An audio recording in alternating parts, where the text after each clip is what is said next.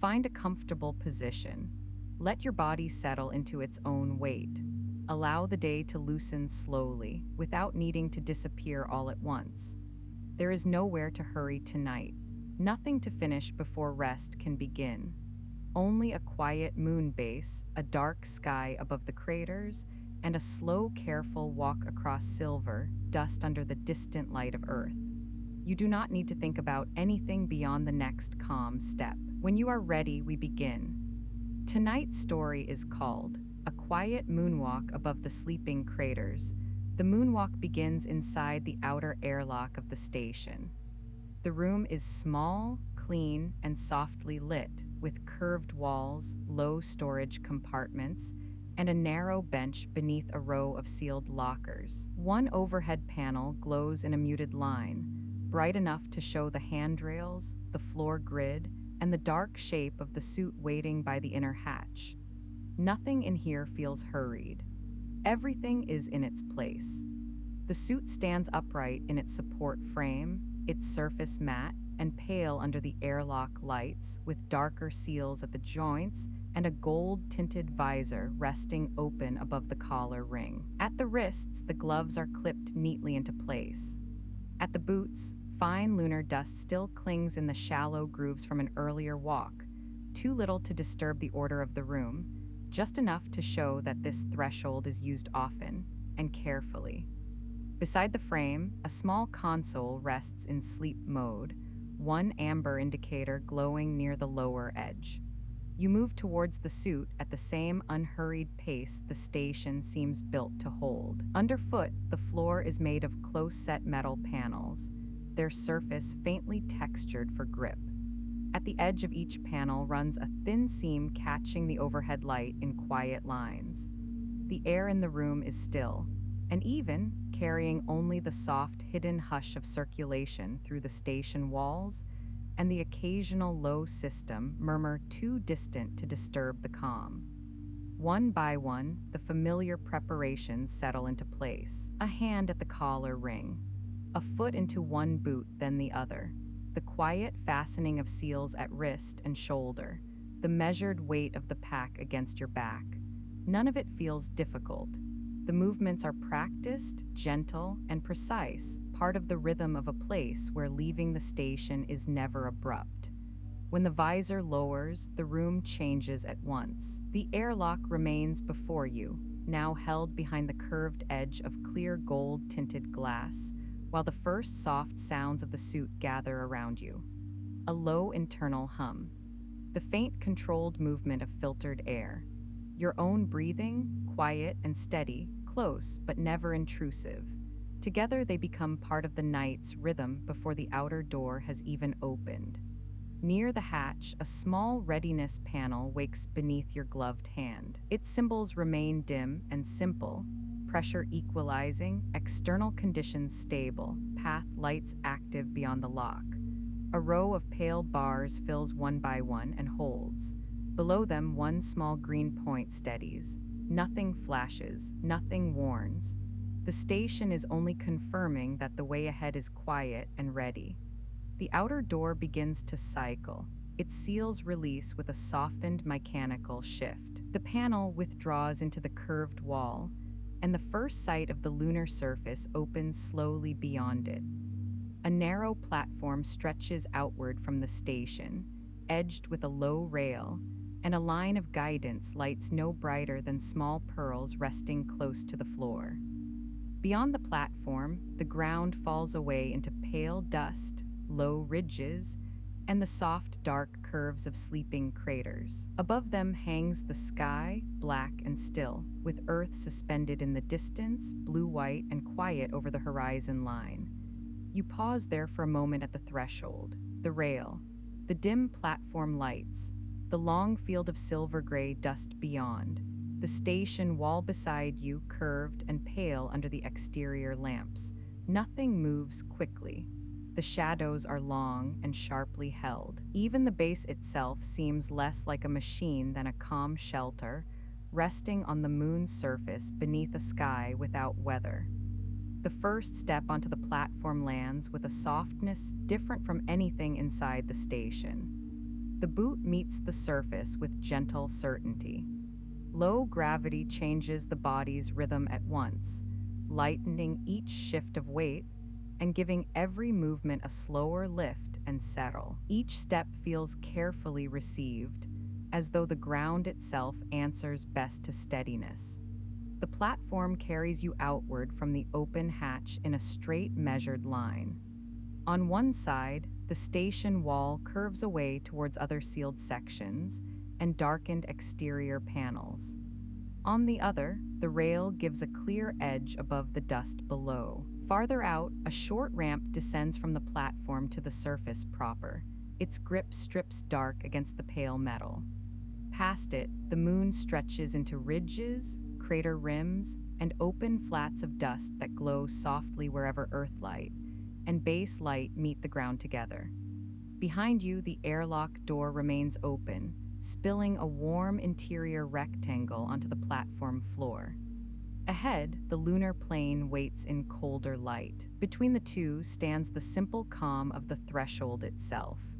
Station behind, moon ahead, your own breath steady in the suit, and Earth hanging far above the crater field like a quiet promise that the way out and the way back both belong to the same night.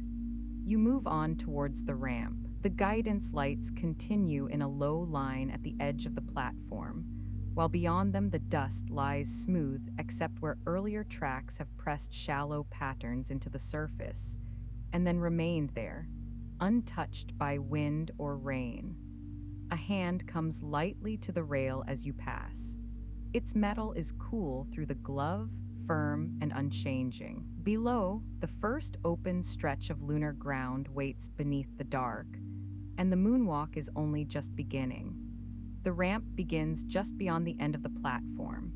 Its surface slopes gently down towards the open ground, marked by narrow grip strips set across the pale metal at even intervals.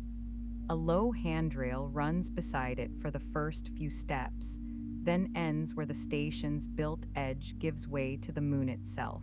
Behind you, the airlock remains open, its warm interior light falling across the upper part of the ramp in a quiet rectangle.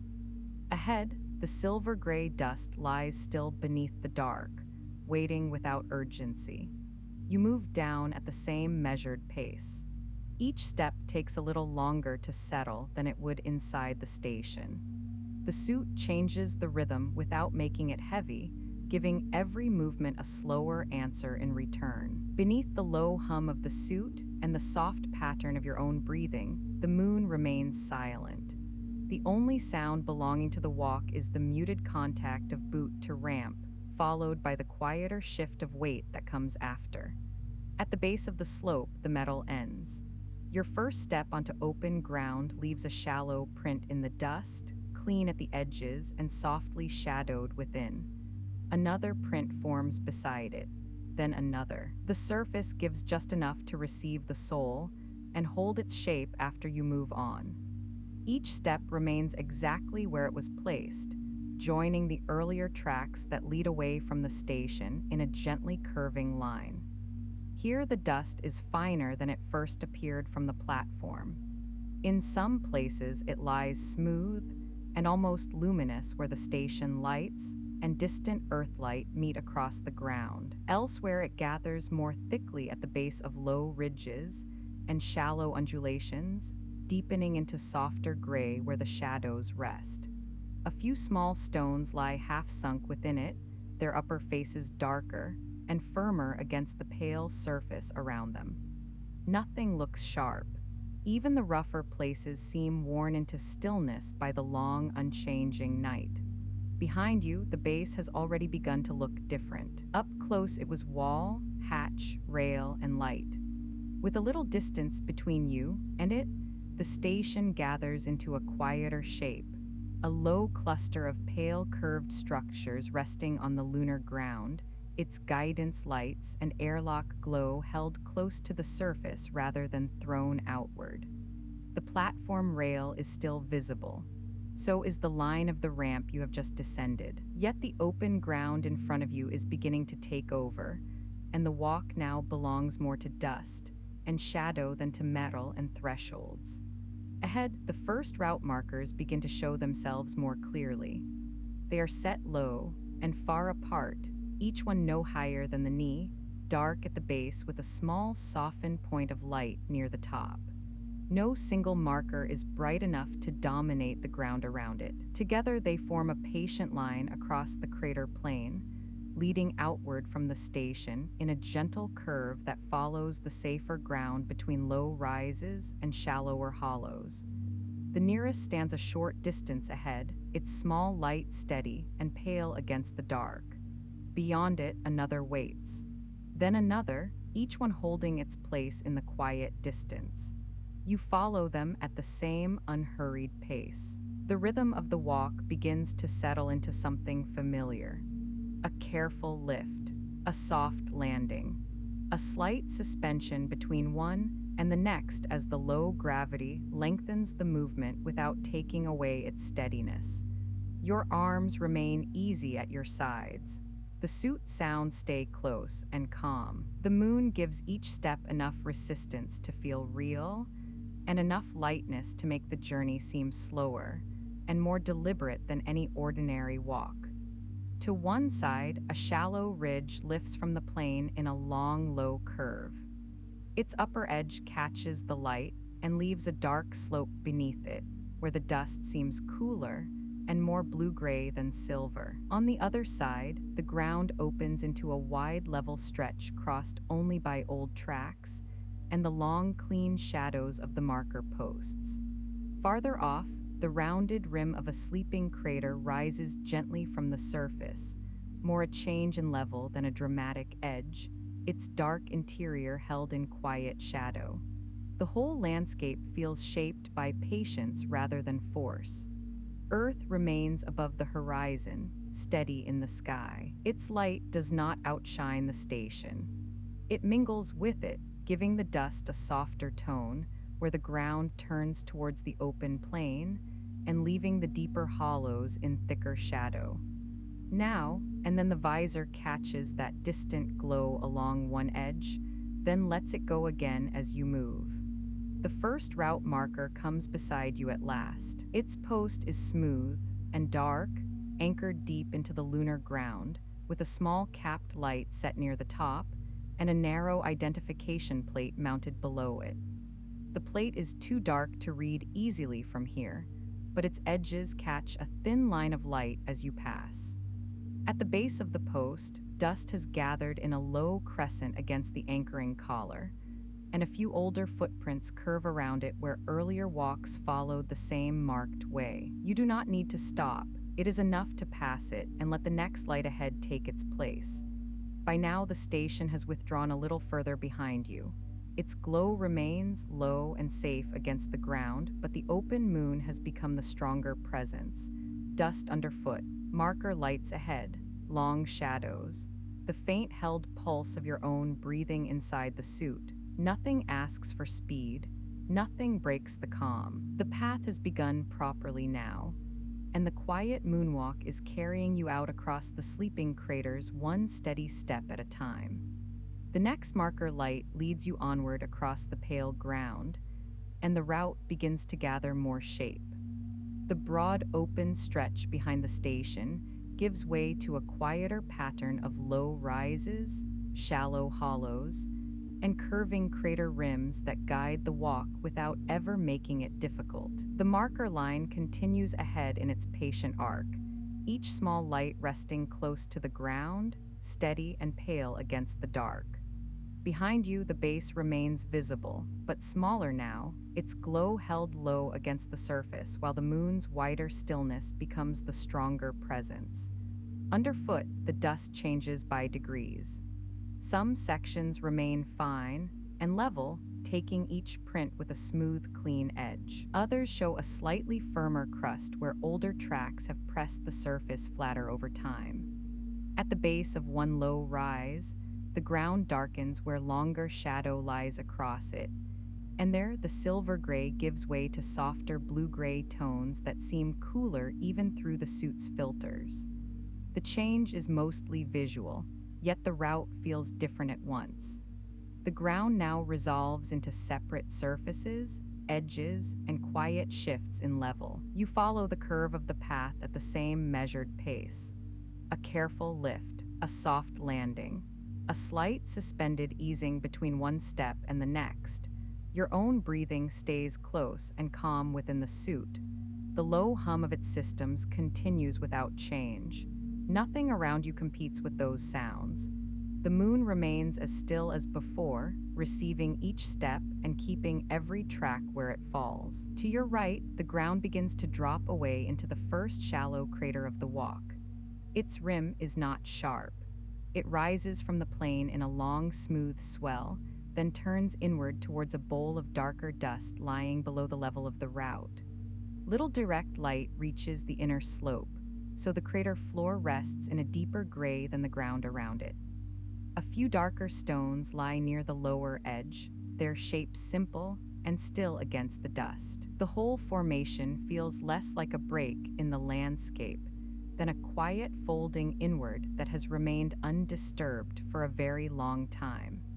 The route keeps a safe distance from the rim. Marker posts continue along the outer curve, leading you between the shallow drop on one side and a low rising bank on the other. From here, their lights seem closer together, not because they have changed, but because the ground now turns with them, drawing the eye from one to the next with less open space between. At the base of the nearest post, older footprints overlap and cross, some clearer in the light, others softer at the edges where dust settled back around them when they were made. Nothing erases them. They remain quietly within the route, signs of earlier walks carried out with the same calm care.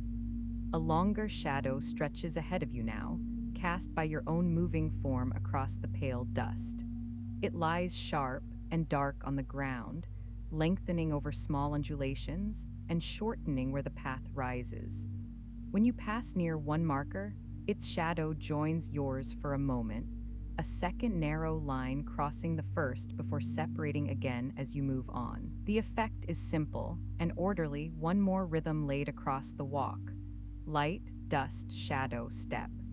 Farther out, another crater rim rises in the distance, broader than the first and less clearly defined from here.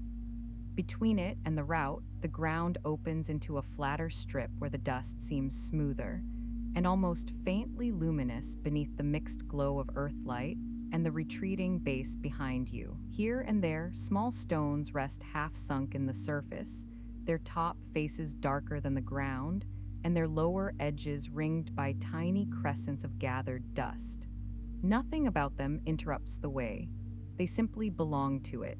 The station behind you has become quieter in the eye. Its pale structures remain distinct, though now more as a settled cluster than as separate walls and platforms. The ramp is harder to pick out. The airlock glow has reduced to one warmer patch within the base lights. What matters more is that it is still there, low and safe against the ground, keeping its place while the route carries you further outward. The way back remains visible. The way ahead remains clear. That steadiness holds the whole walk in balance.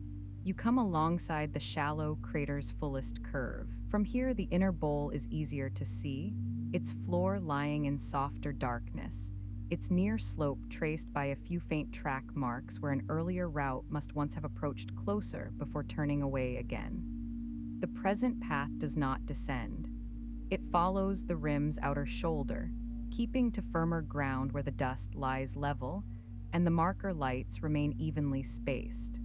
One gloved hand shifts slightly at your side. A boot settles into another clean print. The suit continues its low, steady hum. The crater keeps pace beside you, quiet and undisturbed within the landscape. Earth hangs above the farther horizon, smaller now in your awareness, though no less steady in the sky. Its light continues to soften the plain where the shadows allow it, while the deeper hollows keep their darker tone. From time to time, the visor catches a faint edge of that distant brightness and lets it slide away again. Most of the attention belongs to the ground now, the marker ahead, the path underfoot, the crater rim beside you, and the long fixed shadows that give shape to everything. At last, the route begins to turn gently away from the shallow crater and towards a slightly broader stretch of open ground beyond it. The nearest marker passes at your side. The next waits ahead, pale and still. The base remains behind, smaller than before. The crater settles back into the curve of the landscape. The moonwalk carries on, deeper now among the sleeping rims and silver dust, one quiet step after another. Beyond the shallow crater, the route bends towards the first instrument station on the marked path. At first, it is only a low, dark shape against the pale ground, too small and too still to separate at once from the ridges and scattered stones around it. Then the next marker light brings it into clearer form, a short sensor mast set beside the route, its base fixed into the dust, its narrow shadow stretching away across the silver-gray surface. The station does not rise high. It seems built to meet the moon quietly, with nothing more than is needed to read, receive, and wait. You follow the marker line towards it at the same measured pace. The ground here broadens beyond the crater's outer curve, flattening into a steadier stretch where the dust looks smoother from a distance, but resolves into subtler variations as you approach. Some sections lie level and pale beneath earthlight. Others show darker drifts gathered against low rises, as though the surface has settled by weight and slope alone. Ahead, the station's footing becomes clearer. Four short support legs spread from a central housing, each one anchored by a darkened plate pressed low into the ground. Dust has gathered in soft crescents around the metal edges and in the shallower hollows between the supports, leaving the base looking less placed upon the moon than quietly received by it. A few older footprints begin to show near the station before you reach it. They come off the route in a careful curve, circle the mast, and return to the marker line again, their edges still crisp in the dust.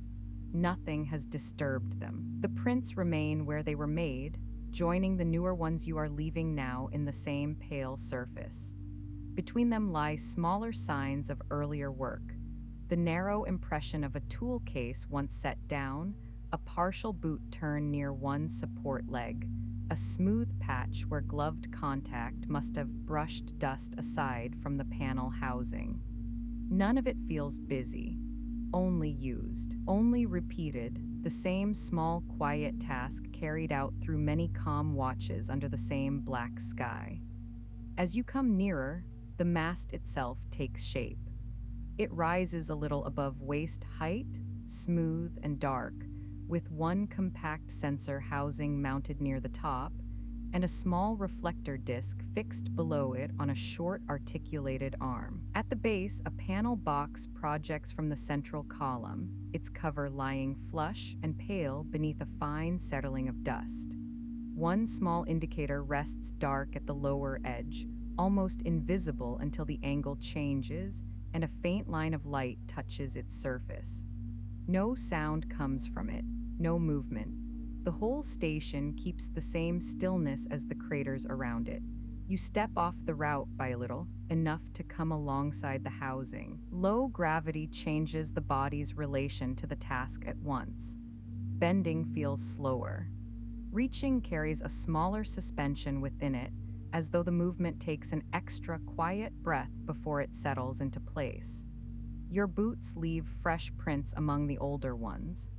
The dust receives them easily, darkening at the pressure points and brightening again where the light catches the raised edges. Below the station, the shadow of the mast lies narrow and exact across the ground, touching one anchor plate, crossing a drifted seam of dust, and disappearing into softer gray beyond.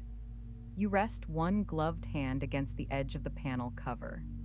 The metal feels cool and firm through the suit, smoother where repeated contact has worn away the faint grain left by exposure and settling dust. At one corner, a shallow latch is set into the housing, its outline dark against the paler surface. Fine lunar dust has gathered in the seam around it, no more than a soft tracing until your thumb passes over the edge and clears a cleaner line through it. Nothing lifts into the air, nothing floats away. The disturbed dust only shifts and settles back along the lip of the housing. Beside the latch, a small brush is clipped into a recessed bracket. Its handle is short and practical, made to be held securely in a gloved hand, with bristles no longer than the width of 2 fingers. You release it and draw it lightly over the panel cover. The motion is gentle and deliberate. A thin veil of dust gathers and moves aside in dull, pale strokes, revealing a smoother surface beneath. At the edges, the brush leaves fine crescent traces where the dust has thinned without fully disappearing. The latch clears next, then the seam of the cover, then the lower edge where the indicator sits. When you return the brush to its bracket, the housing looks only slightly different, cleaner by degrees rather than all at once, as though the task belongs to maintenance more than transformation. Your hand comes back to the latch. A slight turn, a small resistance. Then the panel cover releases and swings outward on a side hinge with a movement, so controlled it feels almost cushioned. Inside, the station's fittings remain dark for a moment. Then one dim line wakes near the upper edge, followed by a single pale green point and a second amber one lower down. Neither is bright enough to disturb the low light of the plane. Together they confirm that the station has answered your touch and returned to its quiet work. Within the opened housing, the instrument layout is spare and clear. A narrow readout strip rests beneath a transparent shield. Below it sits a recessed dial marked with small increments no larger than grains of light. To one side, a pressure-capped contact rests behind a sealed flap. On the inner face of the cover, a maintenance label has been fixed under a clear strip, its lines too small to read through the visor without leaning closer, though the neatness of the writing is visible even from here. The whole interior has the same character as the observatory rooms behind you, ordered, precise, and made calm by careful repetition. You lean in a little. The suit's internal hum remains steady in your ears, and your own breathing moves in its quiet rhythm beneath it. The green point remains lit. The amber one pulses once, then holds. A fine line of symbols travels across the readout strip and settles into stillness, replaced by a narrower band showing a status level already near its resting mark. Nothing calls for quick reaction. The station is simply offering its small account of the night. Readings taken, alignment steady, route conditions normal. One gloved finger comes to the recess dial. The contact is gentle, almost weightless. You turn it by a fraction. The resistance is exact, more felt than seen. On the readout, one pale line shifts and steadies. The amber point dims slightly. Then the display returns to the same low resting state as before, with only the green indicator remaining clear.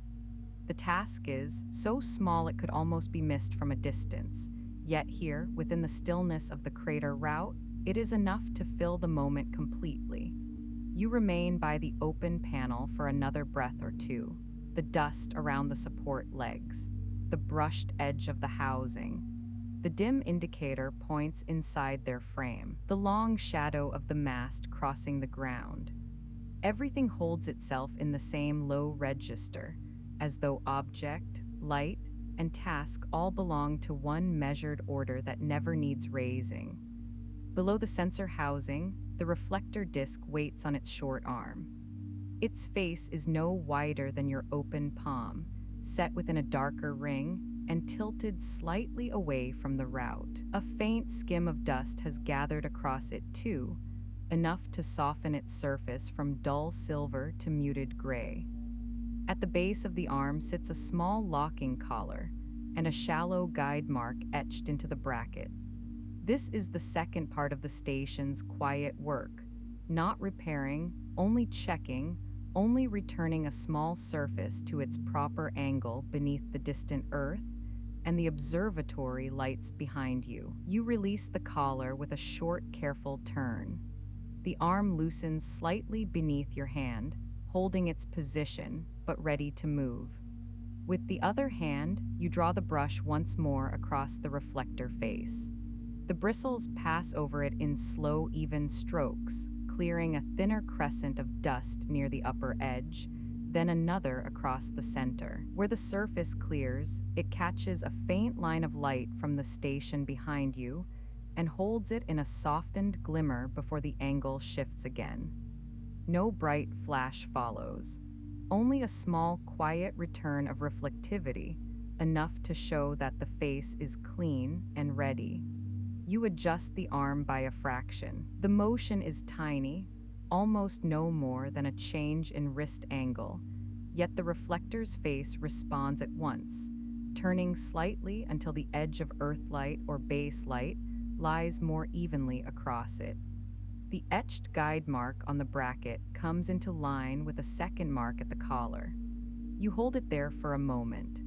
Then the lock turns back into place with the same restrained precision as the panel latch before it. The disc remains still, its surface clearer now, its angle restored. For a moment, the whole station settles into balance. The panel is open and composed. The indicators hold their low calm. The reflector face carries its small line of light. The mast rises from the dust exactly as it should, leaving nothing to compete with the crater route except the route itself. Behind you, the base remains visible in the distance, a low cluster of pale structures against the dark. Ahead, the next marker waits beyond the station on the outer curve of the path. The stop settles into the walk's rhythm. You close the panel cover with both hands. The hinge answers smoothly. The latch meets its slot with a soft, contained finish. At the lower edge, the indicator narrows to a single resting point, dim and steady. You give the cover one last gentle press to be sure it sits flush, then let your hand fall back to your side. Dust remains gathered at the housing base and around the support legs. The older footprints remain where they were. Now your own prints join them, curving out and away towards the next marker on the route. When you step back, the station settles again into the landscape. Its shadow lies long across the dust. Its mast stands small and dark against the pale ground. The reflector disc no longer calls attention to itself. The panel is closed. The task is complete. What remains is the same still arrangement you found on arrival, touched lightly and left in order. You turn back towards the path.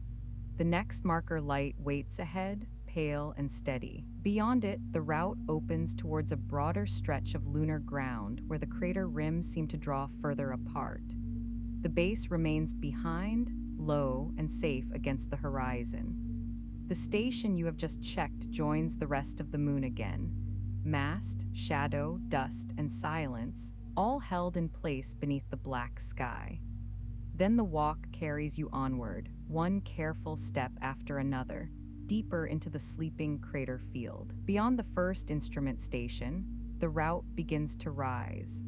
The next marker light stands a little higher than the one behind it, and the path leads away from the mast in a slow upward curve that follows the shoulder of the ground. Nothing about the climb is steep. The moon does not ask for effort so much as steadiness, and the marked way keeps to the gentlest line between the low surrounding forms. Behind you, the station you have just checked already looks smaller, its narrow shadow and pale housing beginning to settle back into the landscape. You return to the same measured rhythm as before, a careful lift, a soft landing, the slight suspended easing between one step and the next. The suit's low hum remains unchanged. Your own breathing stays close and regular within it. The dust receives each print and keeps it. Nothing shifts beyond the pressure of the step itself. Nothing drifts over the marks once you have passed. The moon holds the route exactly as it is made. Underfoot, The ground grows firmer in places as the path approaches the rise. The finest dust still lies over everything, but here it thins along the higher sections and reveals darker compressed patches beneath, where older passages and the slight settling of the slope have left the surface smoother and more compact.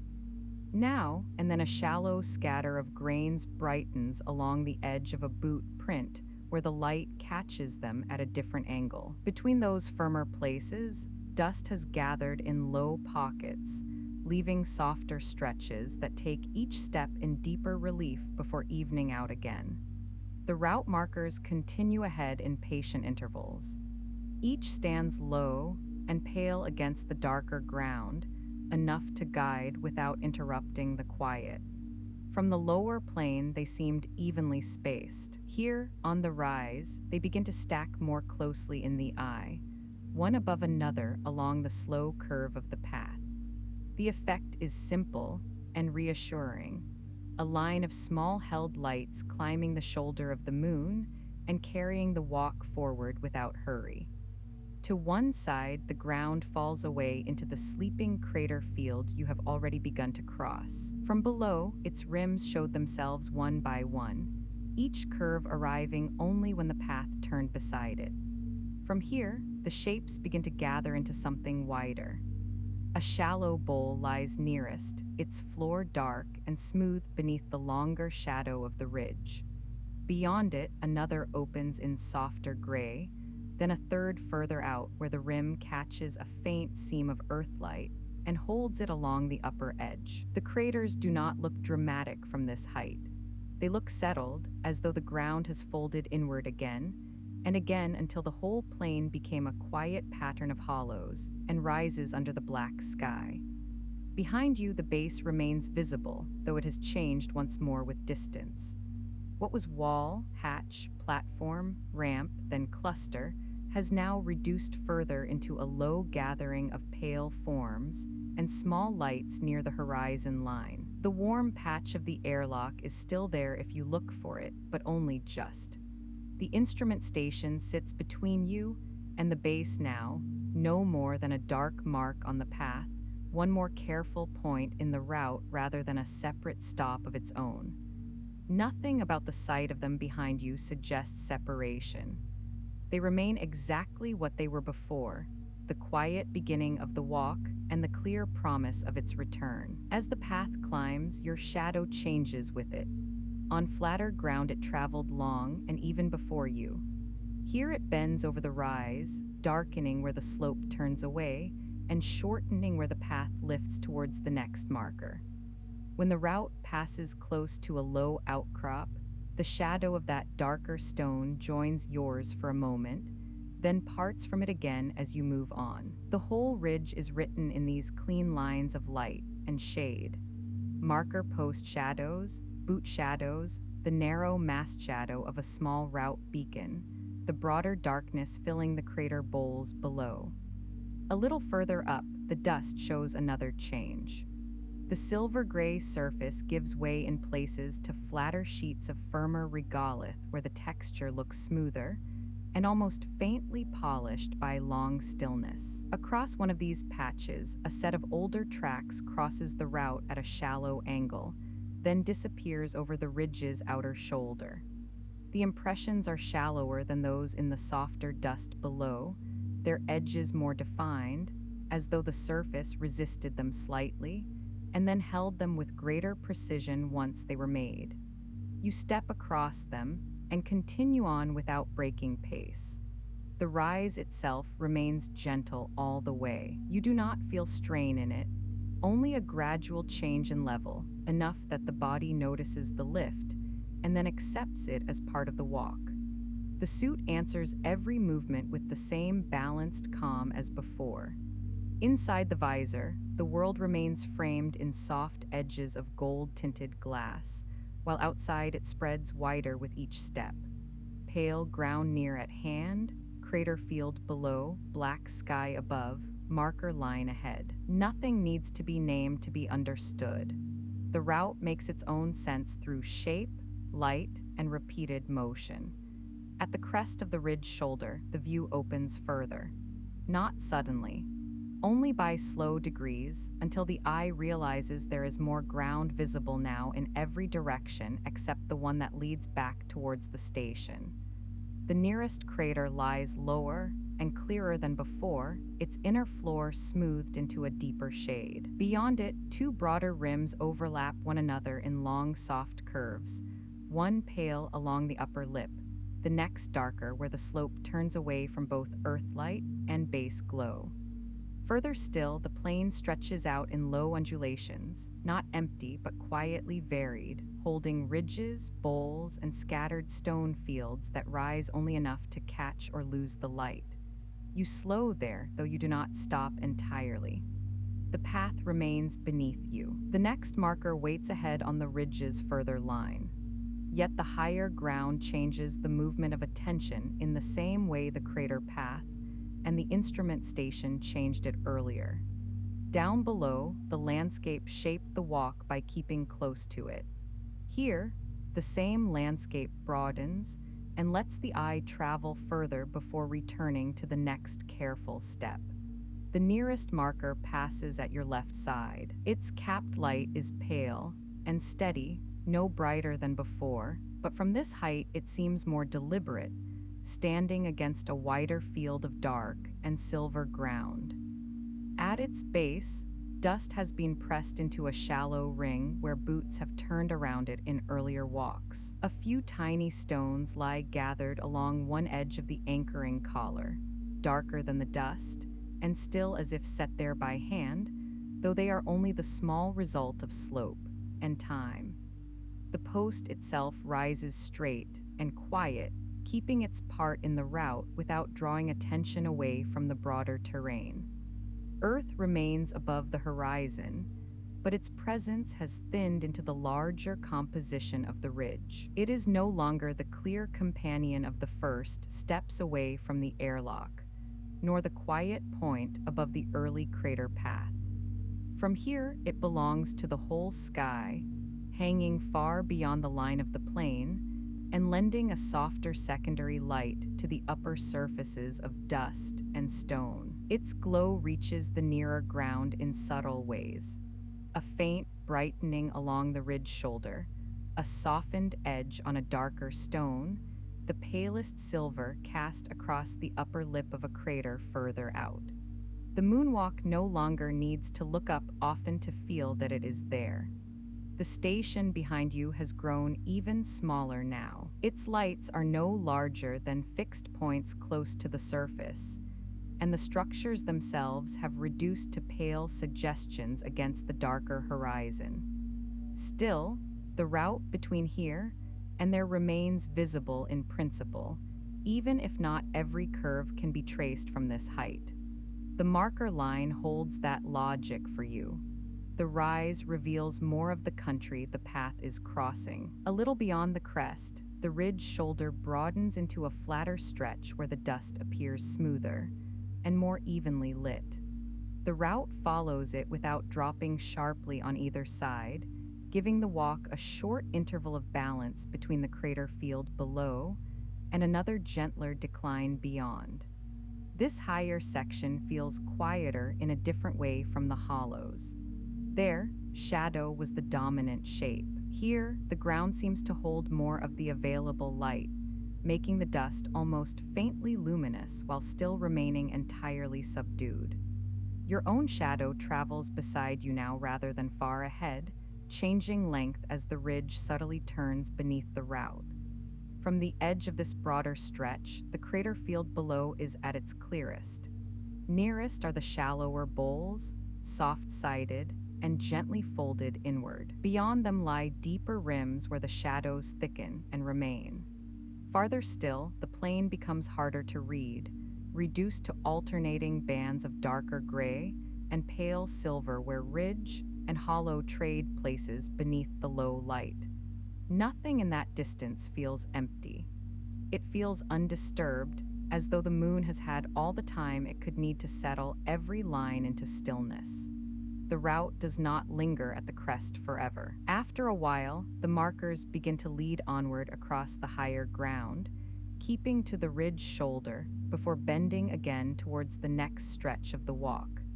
You follow them at the same calm pace. The instrument station behind you has now become part of the larger order of the landscape. The base remains low and safe in the far distance. Between them and the path ahead lies this lifted middle stretch, where the moon has opened itself a little wider without ever losing its hush. As you continue on, the ridge slowly begins to level into a longer shelf of ground beyond. The next marker waits near that turn, pale and unwavering. Below, the sleeping craters remain where they were, their shadows fixed and deep. Behind, the route you have already taken rests in the dust in a clean linked line of prints and small guidance lights. Ahead, the walk carries on across the higher shoulder of the moon, broader now, further from the base, and deeper within the silver quiet of the crater field. Beyond the ridge shoulder, the route leaves the broader view behind and settles once more into its own patient logic. The higher ground does not end abruptly. It eases outward into a wide lunar shelf, flatter than the rise below it, and open enough that the marker line becomes the clearest feature ahead. The craters remain visible off to one side, their shadowed bowls now lower than the route, but the walk no longer belongs to looking across them. It belongs to the quiet progression from one beacon to the next, each pale point holding its place on the open ground and drawing the path onward without hurry. You continue at the same measured pace. The suit keeps its low hum. Your breathing remains close and even within it. Underfoot, the surface changes again, becoming smoother in long stretches where the dust lies thin over firmer regolith beneath. A step leaves its print clearly enough, but not as deeply as on the softer lower path. At the edges of those firmer sections, fine dust has gathered in pale drifts where slight depressions in the ground have caught and kept it. The shelf feels quieter in its details, reduced to surface, light, markers, and the steady rhythm of the walk. The first beacon on this higher stretch stands further from the last than the ridge markers did. Its post is the same height and shape as the others, but out here it seems more solitary, set within a broader interval of open dust and shadow. Its light remains low and pale, not bright enough to pool on the ground around it, only enough to hold its place against the dark. Beyond it, the next beacon waits at a greater distance. Then another after that, each one making the route feel less like a close guided line and more like a quiet series of promises laid across the shelf. You walk towards the nearest of them. Each step is still careful, but by now the body has accepted the moon's slower rhythm fully. A gentle lift, a soft return, a suspended ease between one and the next. The shelf underfoot remains mostly level, though not perfectly so. Now and then the route crosses a shallow undulation, where the ground dips by only a little before rising again, enough to change the angle of your shadow and alter the way the light lies across the dust. Those small changes are enough. Nothing dramatic, only the quiet repetition of altered surfaces and unbroken pace. Behind you, the ridge shoulder has already begun to recede into the wider field of the landscape. From there, the crater rims opened in layered curves. Here, the horizon has flattened a little, and the marked route feels more deliberate because of it. The base remains visible far behind, no more than a low gathering of pale forms and tiny lights near the surface. Its presence has thinned further, yet not in any troubling way. It remains where it should be, small and steady, while the line of beacons before you grows more important than the structures behind. A little way ahead, the ground darkens in a narrow band crossing the route from one side of the shelf to the other. At first, it looks like shadow, but as you reach it, the texture shows itself more clearly. The dust has thinned there over a firmer, compressed layer beneath, darker in tone and smoother in its grain, as though repeated passage, and the slightest change in slope have pressed the surface into a more level skin.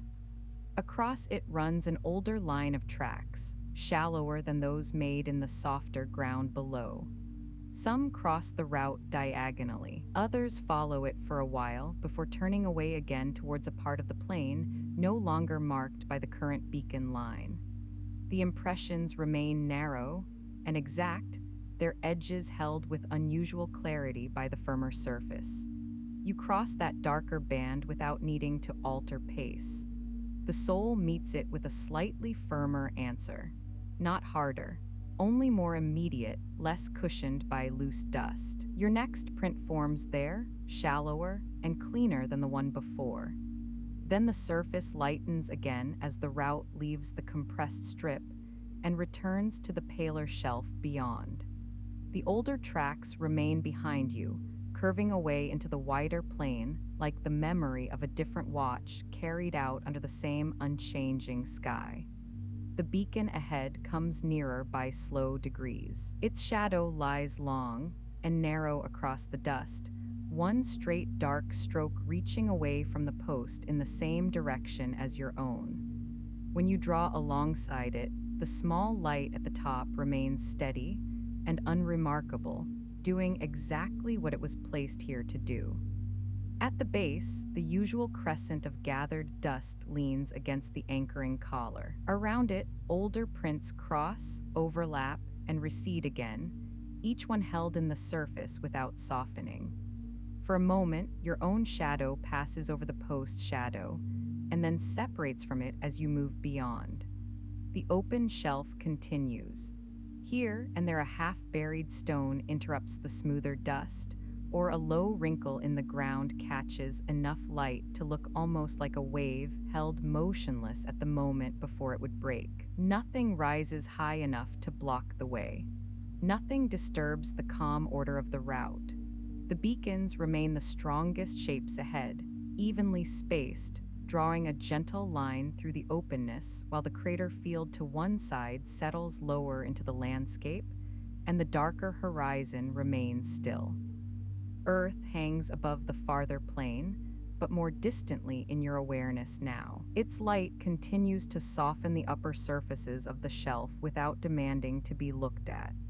From time to time, the visor catches a faint blue-white edge and lets it slip away again.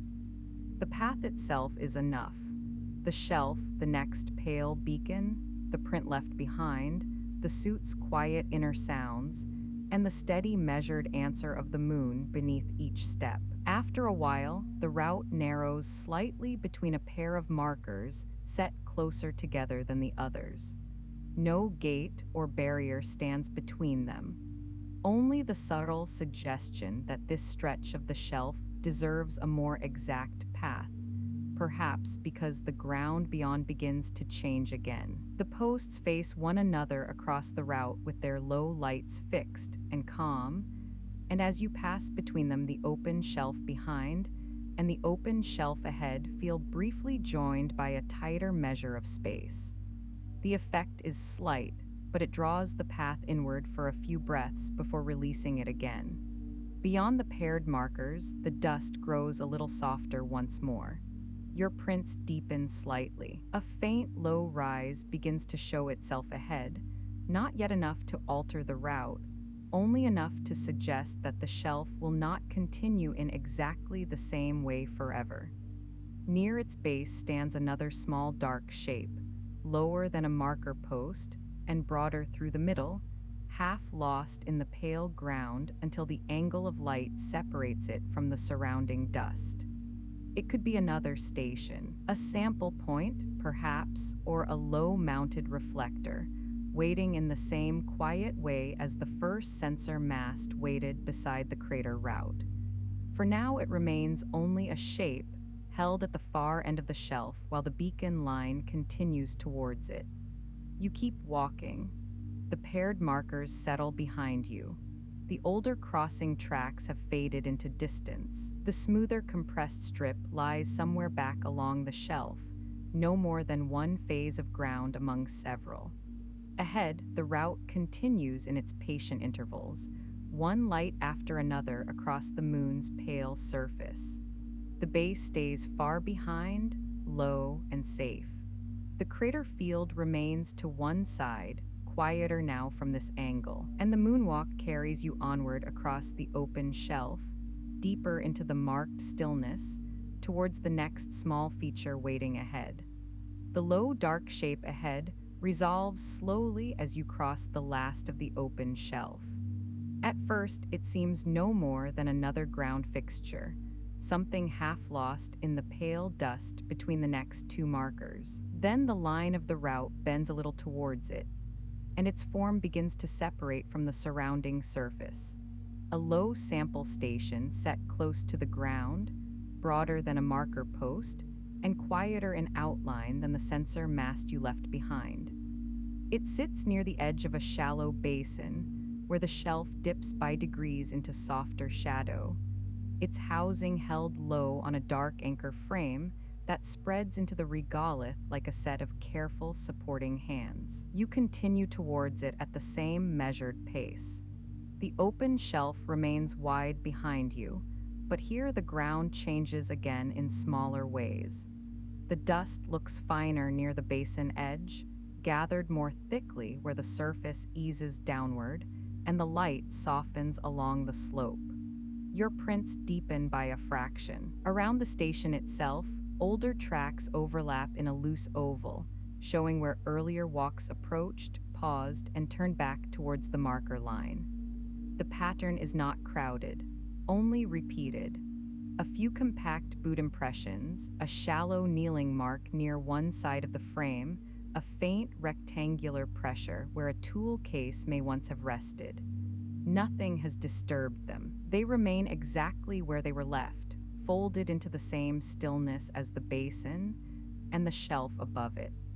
As you come nearer, the sample station takes on clearer detail. The main housing is low and rectangular with rounded corners, its upper surface pale beneath a settled veil of dust, and its sides darker where the metal drops into shadow under the lid seam.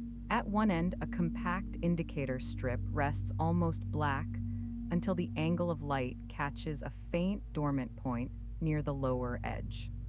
Along the base, the anchor frame shows 4 short feet set into the lunar ground, each ringed by a narrow crescent of drifted dust. On the nearer side, a shallow hand brace rises from the frame no higher than the wrist, shaped not as a rail exactly, but as a quiet support for lowering the body into place and steadying the movement there. The basin beside it is not deep. It curves inward from the shelf in a smooth, wide fold of darker dust, as though the ground had softened and settled there a little more than elsewhere. Its upper edge catches the mixed light in a pale line before turning down into gray. Further within, the surface loses definition and becomes a calmer dark tone beneath the long shadows of the route markers and the sample station itself. Nothing in the basin feels hazardous. It only gives the station a more sheltered setting, a low change in level that quietens the ground around it and keeps the eye close to the task at hand. You step off the route and come alongside the station. Low gravity alters the movement again in its own patient way. A turn of the shoulders, a slower lowering of the body, one gloved hand finding the brace while the other rests against the top edge of the housing.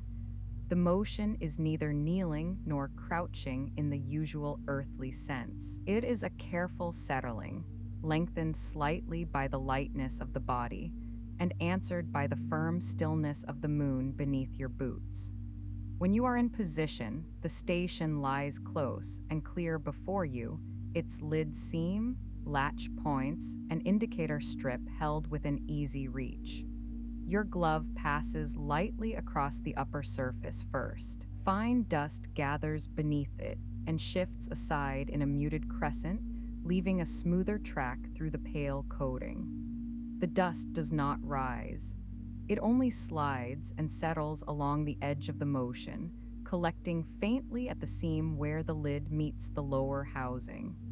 A second pass clears the latch recess. A third reveals a small identification plate no larger than 2 fingers, its lettering too fine to read through the visor from this angle, though its edges catch a dim line of light, and hold it for a moment before the station returns to matte calm. At the right side of the housing, a recessed clasp sits flush within the frame. You press it with the tip of one glove and feel a small contained release answer beneath your fingers. The lid rises by only a little at first, enough to show a clean dark line between upper and lower sections. Then, with one hand steady on the brace and the other guiding the edge, you lift it fully on its slow hinge. Inside, the station wakes without display. One pale green point steadies near the inner lip. A second light, amber and softer, holds near the far end beside a sealed tray assembly. Nothing brightens beyond what is needed. The open case simply reveals itself, calm and ordered, as though it has been waiting in that exact posture all night. Within the housing sits a shallow sample tray divided into narrow channels, each fitted to hold a cylindrical collection tube no thicker than a wrist. The tubes themselves lie in their cradles beneath a clear retaining bar, dark capped at one end, and labeled in tiny pale marks along the side. Some show a faint dusting of gray across their outer surfaces, where earlier handling disturbed the settled powder before the lid closed again. At the left side of the tray, a compact seal gauge rests beneath a transparent cover. At the right, a slim tool recess holds a short-handled key and a soft pad folded twice over on itself. Everything lies square. Everything fits. The interior gives the same impression as the chart room and the calibration alcove before it. Not emptiness, but maintained order. Your hand moves first to the retaining bar. Its release is a small sideways turn, hardly more than the width of a fingertip, yet even that tiny motion has a distinct feel through the glove, exact, controlled, meant to stop at one point and not another. The bar loosens and lifts by a fraction. One tube near the center is marked by a narrow, pale line on the cradle beneath it, setting it apart from the others. It is enough that the route has brought you here, and the case has opened in this careful way beneath the dark. The selected tube rests cool and still when you lift it. Its weight is slight. Its shape simple, matte cylinder, capped end, narrow label band, one sealed viewing slit too dark to show anything clearly through the visor. Dust has gathered faintly along the lower edge where it met the cradle. You turn it a little under the lamp strip built into the inside of the case lid. No glare meets you. Only a soft, dim line along the curve, enough to show that the outer surface is clear, the cap seated evenly, the seal ring unbroken. One gloved thumb passes along that ring with the same care you used on the sample station latch. The contact is gentle, more confirming than searching. Beneath the tube's resting place, the marked cradle holds a small indicator point. As you lower the cylinder towards it again, the amber light at the tray edge dims, and the green point near the inner lip remains steady. The tube fits into place with almost no sound, only the faintest sense of alignment when its base settles into the shaped channel. You adjust it by a fraction until the label line rests parallel with the guide mark beside it. Then the retaining bar comes down again, and the small sideways turn of the clasp brings it flush across the row. The movement is tidy and complete. You remain there for a moment with the lid open, the sample tubes in their order, the folded pad at the side, the low green point, the smooth dark edge of the tray, the dust you brushed from the outer lid now resting in a paler crescent against the seam below. The station does not ask for more, and the moon encourages the pause. Even this small task feels held within a larger patience, as though the basin, the route, the markers, and the station itself all move at the same quiet pace whether touched or left alone. After a breath or two, you lift the folded pad, and draw it once across the inner lip of the case where a finer seam of dust has settled. The material is softer than it first appears, leaving a clean, dark line behind it. You fold the pad once more and return it to its recess. Then your hand moves to the lid. The hinge answers smoothly as it lowers. The pale green point disappears beneath it. The latch meets its hold with a soft, contained finish, and the external indicator narrows back to one low resting light, no brighter than the beacon beyond the station. You stay lightly braced for another moment while the housing settles closed beneath your hand. The top surface is smooth again, except for the thinner dusting left around the edges. The clasp sits flush. The plate is half visible through the cleared patch you made earlier. Around the base, the old footprints remain. Now your own tracks join them in the same low oval, one more quiet visit added to the pattern around the station. Nothing here feels finished, so much as set back into order. When you rise, the motion lengthens again in low gravity. One hand leaves the brace. The other pushes lightly from the housing edge. The body comes up in a slow, controlled lift and settles back into the standing rhythm of the walk. From this height, the station immediately looks smaller, reduced once more to low shape, long shadow, and pale dust gathered around its frame. The shallow basin beside it keeps its darker fold of ground. The marker line ahead remains clear. The shelf behind lies open and still. The next beacon waits beyond the station, pale and steady on the far side of the basin edge. Further out, the route seems to widen again into another longer stretch of lunar ground, while the crater field and ridge you crossed before remain quiet in the distance. The base has receded even more, now little more than a faint low cluster near the horizon. Still, nothing feels lonely. The path remains marked. The stations remain placed where they should be. The walk continues with the same calm logic that has carried it from the airlock to this point. You turn back towards the route and let the sample station settle behind you. Its lid is closed. Its low light rests steady. Its shadow lies dark against the dust at the basin edge. The older tracks and your own new ones remain around it, held in the same pale ground without change. Ahead, the next marker takes its place before you, then the one after that.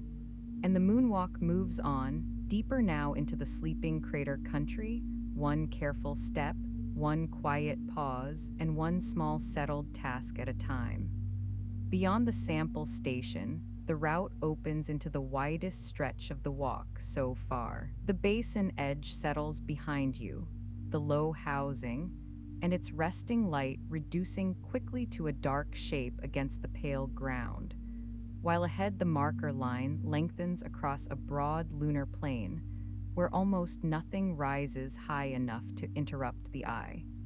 In that openness, the route feels even clearer. Each beacon stands further from the next, its small pale light resting alone in a larger interval of dust, and shadow drawing the walk onward through a space that feels calmer for being so spare. You return to the same measured rhythm, a careful lift, a soft return, a slight suspended easing between one step and the next. Inside the suit, the low hum remains steady, joined by the quiet pattern of your own breathing. Beyond that, the moon gives almost nothing back in sound.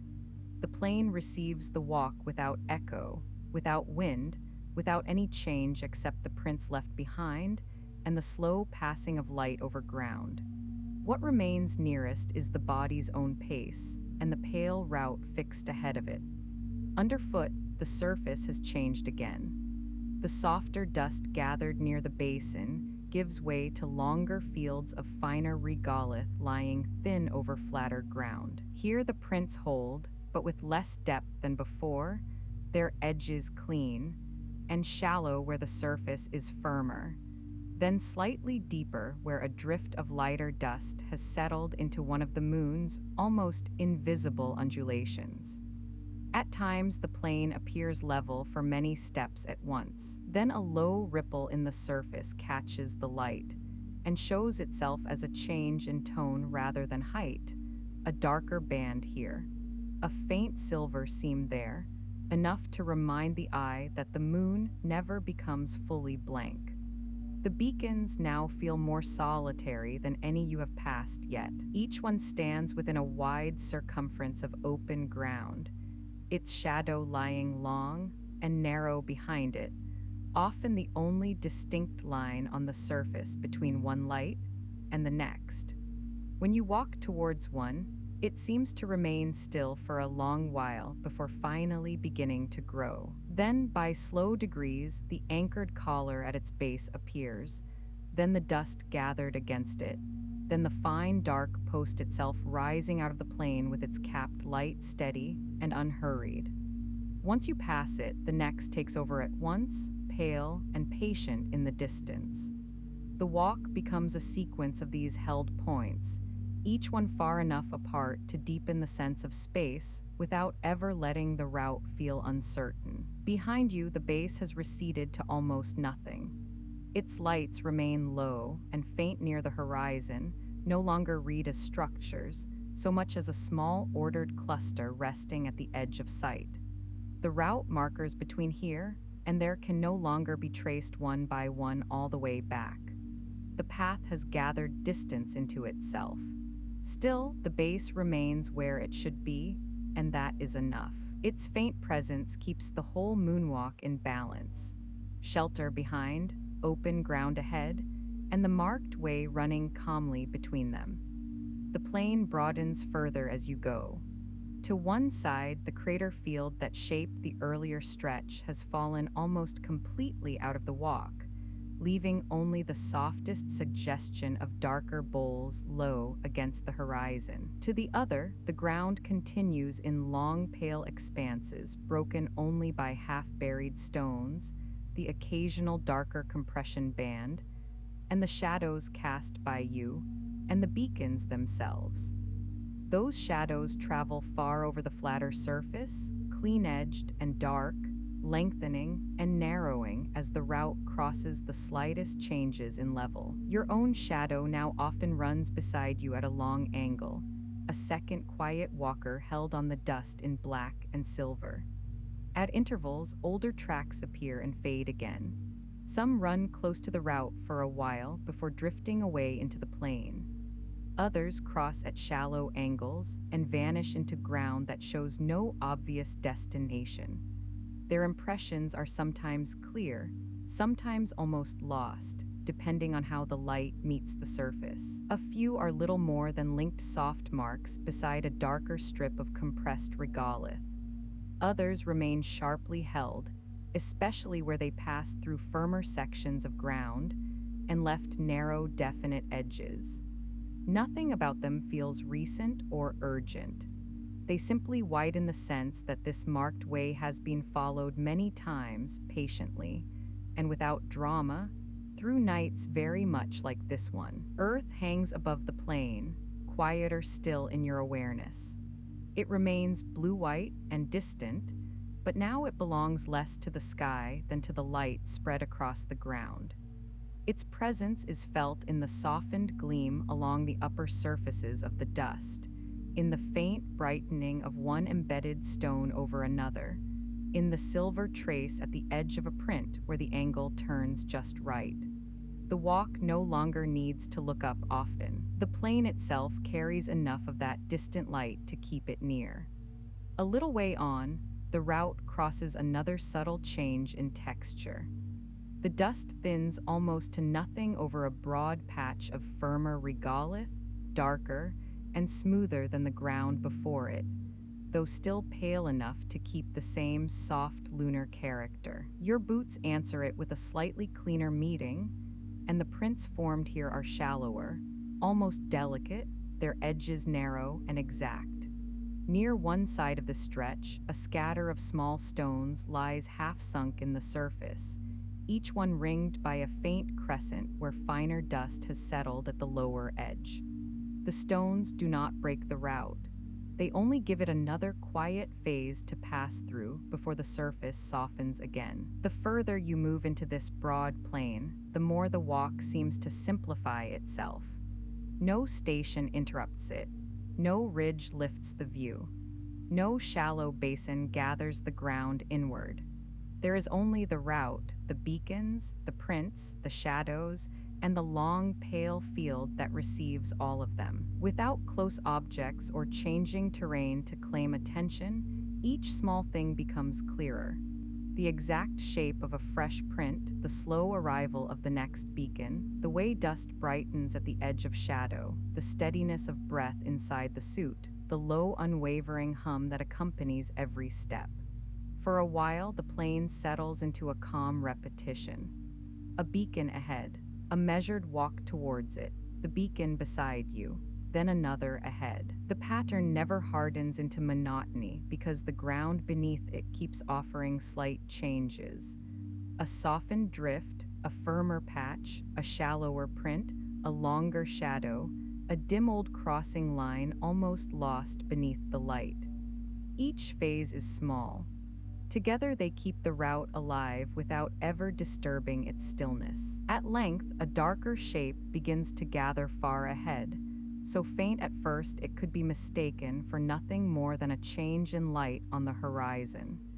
Then the next beacon shifts your angle towards it, and the shape holds. Not a station this time, not a post or low fixture, something broader in the ground itself, perhaps the outer shoulder of a larger crater, or a low formation rising from the plain just enough to gather deeper shadow along one side. It remains far away, but unlike the smaller changes underfoot, it does not disappear when the surface changes. It waits there, dark and quiet, giving the broad plain a destination beyond the beacons without breaking its calm. You continue towards it at the same pace as before. The nearest marker passes by your side, its light steady, its shadow long across the pale surface. The base is now barely more than memory at the edge of sight. The sample station has folded into distance behind you.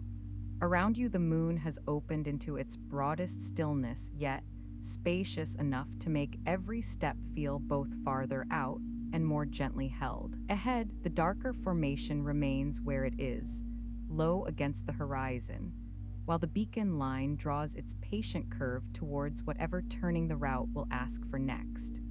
The darker formation ahead gathers shape little by little as you cross the last part of the open plain.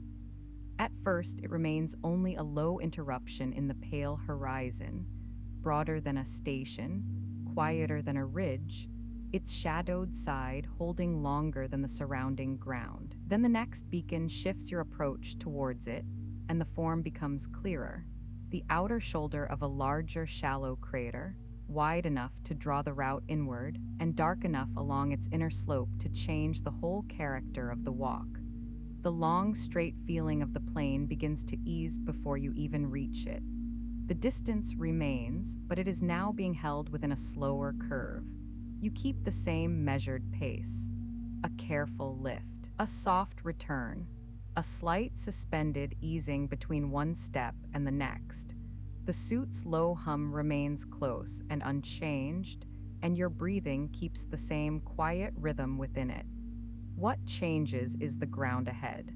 The beacon line no longer runs so simply into the distance. It begins to draw sideways, following the contour of the formation rather than passing directly over it.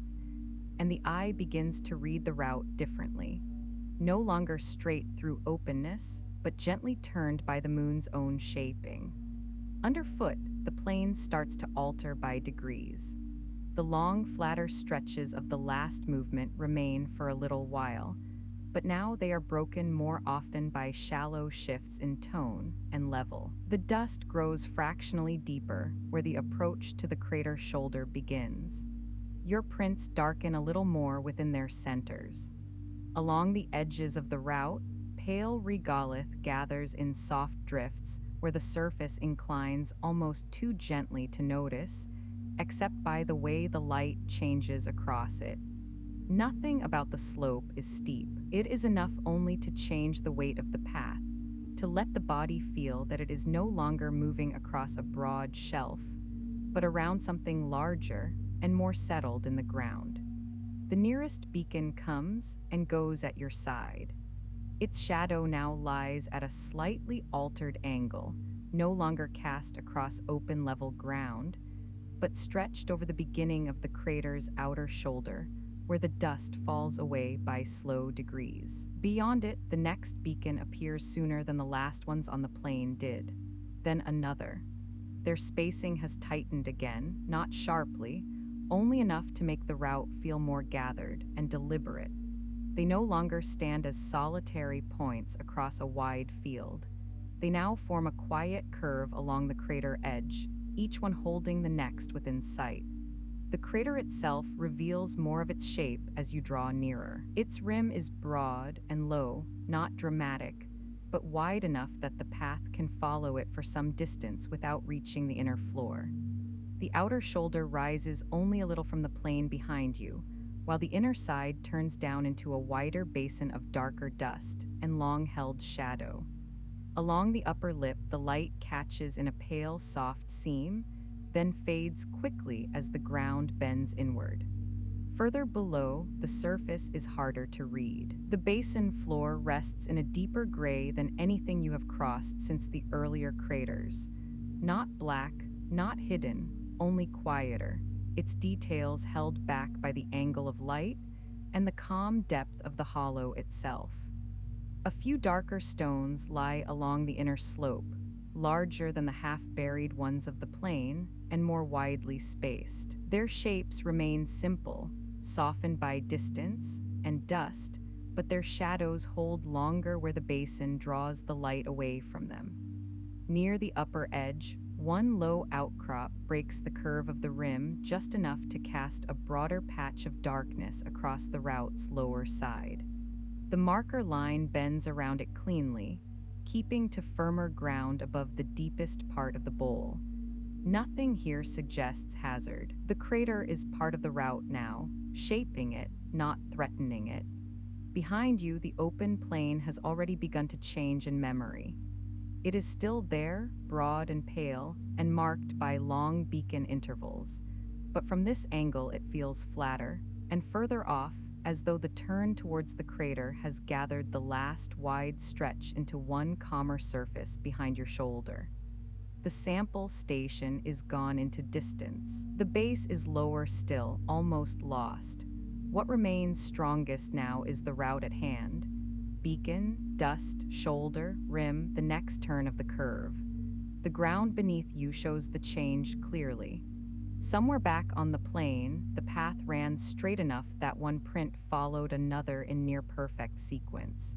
Here, the prints begin to arc. Older tracks show the same thing, curving with the rim in shallow, linked lines that cross the firmer parts of the shoulder, and then fade where softer dust has gathered over them. A few sets lie closer to the inner edge, where earlier walkers must have kept slightly tighter to the curve before the markers were adjusted to their current line. Others keep the broader outer shoulder, their spacing regular and unhurried. Your own steps join them now, falling into the same patient bend. You come to the point where the route and the crater are most closely paired. To one side, the basin falls inward in a long, dim sweep of dust, its floor too low and too softly shadowed to show much more than tonal change. To the other, the plain lifts only slightly, and then stretches away, pale and quiet under the same distant earthlight. The path holds between the two, not narrow, but more defined than before because the landscape now supports it from either side. The broad openness of the previous stretch has drawn closer into curve, edge, and the quiet guidance of formed ground. Your shadow moves differently here too.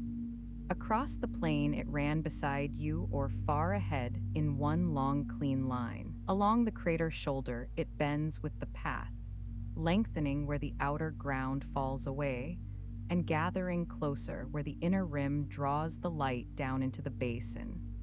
When you pass near a beacon, Its shadow joins the angle of your own for a moment, then separates again as both continue over the curved surface. The effect is subtle, but enough to make the whole route feel less like progression through open space and more like movement along a held contour. A little further on, the dust darkens in a wider crescent near the inner side of the path. There, the finer upper layer has gathered where the slope turns inward, leaving the route itself slightly firmer beneath your boots, and the basin edge softer looking just beyond. One print near the margin deepens more than the last. The next returns to the cleaner hold of compressed regolith. The changes are small, but they keep the walk close to the surface, attentive to the ground rather than to any larger idea of distance. Earth remains above the horizon, though now it feels set further beyond the curve of the crater and the slower turn of the walk. Its light still softens the upper surfaces of the shoulder and catches now and then along the pale lip of the rim, but the greater part of the basin keeps its deeper tone. The sky remains black and still. No weather moves across it. Only the route, the beacons, the dust, and the inward folding of the crater give motion and structure to the scene below. The farther you follow the rim, the more natural the turning feels. Nothing in the path announces it as a change. There is no sign, no station, no formal point of decision.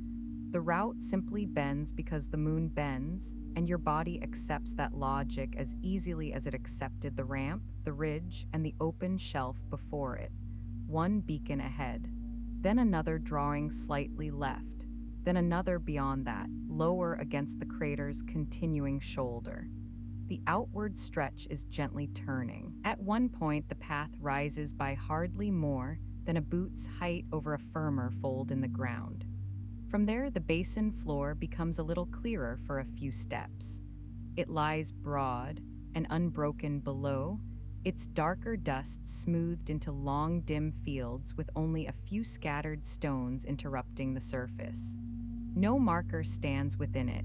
No route crosses straight through. The beacon line remains on the rim, keeping to the upper shoulder where the ground is easier and the curve gentler. That choice gives the crater a calm authority. It is not crossed, it is acknowledged and followed. The beacons continue closer together than on the plain, but not close enough to feel crowded. Their patient spacing now belongs to the contour itself. Each one appears just beyond the last in a slow, unrolling line, pale, and still against the darker shoulder. Once you pass one, the next seems already prepared to receive the walk.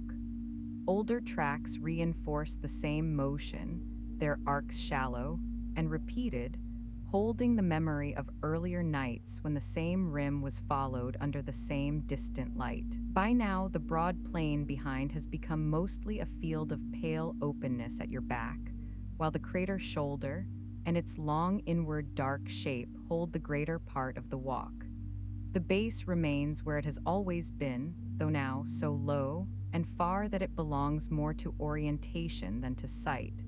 Nothing about that distance feels uncertain. The path is marked. The curve is clear. The moon has simply begun to gather the outward journey into a different form, trading long straight space for a slower and more intimate line. At length, the next section of the rim begins to widen again.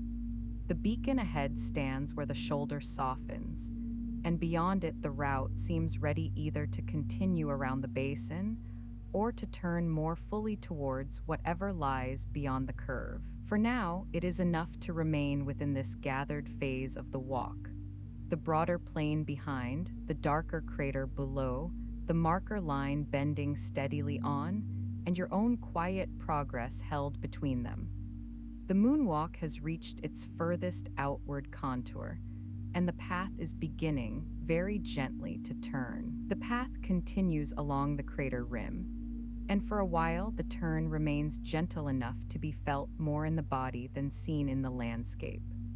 The broad plain you crossed before still lies behind, though now it has slipped a little further off angle, while the beacon line keeps its closer spacing along the shoulder and asks the walk to follow the moon's curve rather than its earlier long straight reach. The basin remains beside you, dark and quiet below the rim. The path remains above it, pale, firm in places, softer in others, holding the same unhurried logic that has carried you this far from the station and now begins very gradually to carry you back. You keep the same measured pace, a careful lift, a soft return, a slight suspended easing between one step and the next. The suit hum stays close and low within the helmet. Your breathing remains steady, neither louder nor lighter than before. Nothing in the moon's silence has changed, yet the walk itself feels later now, as though the route has settled fully into its own shape. The beacons ahead do that quietly enough. One pale light, then the next curving with the rim, then another beyond it, already placed where the ground will turn again. Underfoot, the crater shoulder continues to vary in small, patient ways. Some sections hold a firmer skin of regolith where the dust lies thinner, and the prints settle shallowly, clean at the edges. Others gather a softer layer towards the basin side, where the slope turns inward, and the finer grains have settled over time in pale, darkened crescents. Now and then a broader fold passes beneath the route, not enough to interrupt it, only enough to lift the path by a little, and then lower it again.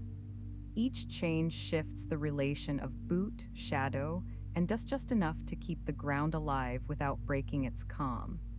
The nearest beacon passes at your side. Its capped light remains steady, no brighter than before. Its post rises dark out of the pale shoulder, and its shadow stretches down the inward slope in a longer angle than the ones on the open plain, thinning as it runs into the basin's softer gray. At the base, dust gathers against the anchoring collar in the usual low crescent, though here it lies slightly deeper on the inner side where the ground falls away. Older tracks pass around it in paired curves, some closer to the rim, some holding the broader outer line of the shoulder. Your own steps join them with the same quiet turn. The basin itself changes as you follow it. At first, it seemed one wide, dim bowl, broad and still beneath the shoulder. Now, as the path curves with it, different sections show themselves in turn. One stretch is smoother, its surface almost unbroken except for a few widely scattered stones lying dark and simple against the dust. Further on, the inner floor lifts slightly into a softer rise, enough to catch a pale seam of light before falling back again into deeper gray. Elsewhere, the slope steepens by just enough to thicken the shadow beneath the rim and keep the lower ground more completely withdrawn. Nothing in it asks to be entered. Nothing in the route suggests that it should be. The walk belongs to the upper line, where the shoulder offers steadier footing, and the beacons continue their calm arc. Behind you, the open plain has already begun to change in memory. It is still there, broad and pale, and marked by long beacon intervals, but from this angle it feels flatter, and further off, as though the turn towards the crater has gathered the last wide stretch into one calmer surface behind your shoulder. The sample station is gone into distance. The base is lower still, almost lost. What remains strongest now is the route at hand. Beacon, dust, shoulder, rim, the next turn of the curve. The ground beneath you shows the change clearly. Somewhere back on the plain, the path ran straight enough that one print followed another in near-perfect sequence. Here, the prints begin to arc. Older tracks show the same thing, curving with the rim in shallow, linked lines that cross the firmer parts of the shoulder, and then fade where softer dust has gathered over them. A few sets lie closer to the inner edge, where earlier walkers must have kept slightly tighter to the curve before the markers were adjusted to their current line. Others keep the broader outer shoulder, their spacing regular and unhurried. Your own steps join them now, falling into the same patient bend. You come to the point where the route and the crater are most closely paired. To one side, the basin falls inward in a long, dim sweep of dust, its floor too low and too softly shadowed to show much more than tonal change. To the other, the plane lifts only slightly, and then stretches away, pale and quiet under the same distant earthlight. The path holds between the two, not narrow, but more defined than before because the landscape now supports it from either side. The broad openness of the previous stretch has drawn closer into curve, edge, and the quiet guidance of formed ground. Your shadow moves differently here too. Across the plain, it ran beside you or far ahead in one long, clean line. Along the crater's shoulder, it bends with the path, lengthening where the outer ground falls away and gathering closer where the inner rim draws the light down into the basin. When you pass near a beacon, its shadow joins the angle of your own for a moment, then separates again as both continue over the curved surface. The effect is subtle, but enough to make the whole route feel less like progression through open space and more like movement along a held contour. A little further on, the dust darkens in a wider crescent near the inner side of the path. There, the finer upper layer has gathered where the slope turns inward, leaving the route itself slightly firmer beneath your boots and the basin edge softer looking just beyond. One print near the margin deepens more than the last. The next returns to the cleaner hold of compressed regolith. The changes are small, but they keep the walk close to the surface, attentive to the ground rather than to any larger idea of distance. Earth remains above the horizon, though now it feels set further beyond the curve of the crater and the slower turn of the walk. Its light still softens the upper surfaces of the shoulder and catches now and then along the pale lip of the rim, but the greater part of the basin keeps its deeper tone. The sky remains black and still. No weather moves across it, only the route, the beacons, the dust, and the inward folding of the crater give motion and structure to the scene below. The farther you follow the rim, the more natural the turning feels. Nothing in the path announces it as a change.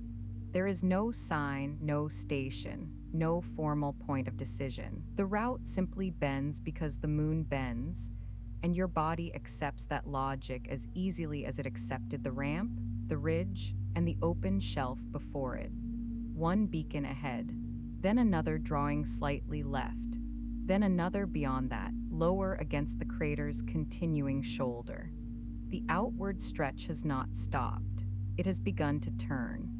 At one point, the path rises by hardly more than a boot's height over a firmer fold in the ground. From there, the basin floor becomes a little clearer for a few steps.